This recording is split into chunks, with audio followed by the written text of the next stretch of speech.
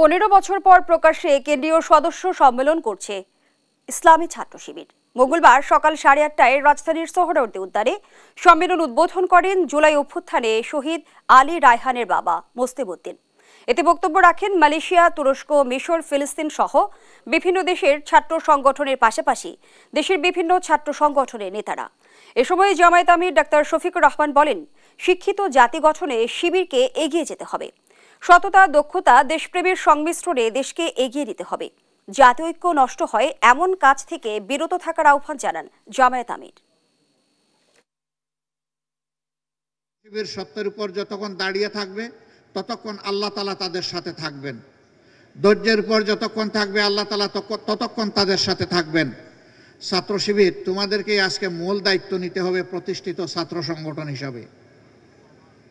শিক্ষাঙ্গনে নৈতিকতা ফিরিয়ে আনা এবং শিক্ষাঙ্গনে শিক্ষার পরিবেশ ফিরিয়ে আনা।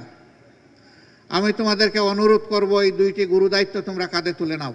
জাতীয় ঐক্যে বিভ্রান্তি সৃষ্টি হয়, জাতীয় ঐক্যের কোনো ক্ষতি হয়, এই ধরনের সকল হঠকারী আচরণ থেকে সংশ্লিষ্ট সকলকে আমরা বিরত থাকার জন্য আহ্বান জানাবো।